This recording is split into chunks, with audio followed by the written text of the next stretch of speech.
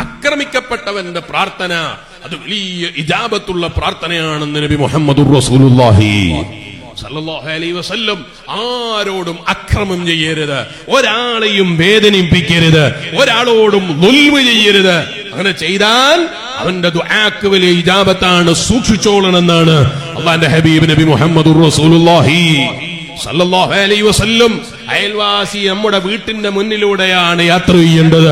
അവൻ പോകുമ്പോൾ അവനോടുള്ള അല്ലെങ്കിൽ അവന്റെ വണ്ടിയുടെ വലുപ്പം കാണുമ്പോഴുള്ള മനസ്സിന്റെ പ്രയാസത്തിന്റെ പേരിൽ അവന്റെ വണ്ടി കൊണ്ടുപോകുമ്പോൾ ടയർ പഞ്ചറാകട്ടെ എന്ന് കരുതിയിട്ട് അവന്റെ വണ്ടി പോകുന്ന വഴിയിൽ കൊണ്ടുപോയി ആണി കൊണ്ടുപോയി ഇട്ടുകൊടുത്തോ മറ്റോ അക്രമം ചെയ്താൽ, അതുപോലെ അവൻ പോകുന്ന വഴിയിൽ എങ്ങനെയെങ്കിലും ഒരു തടസ്സം ചെയ്യണമെന്ന് ചിന്തിച്ചിട്ട് അവനോട് അക്രമം ചെയ്താൽ അല്ലാഹുവിന്റെ ഹബീബ് നബി സല്ലല്ലാഹു അലൈഹി വസല്ലം പറയുന്നു, ഇത്തഖി, സൂക്ഷിച്ചോളണം.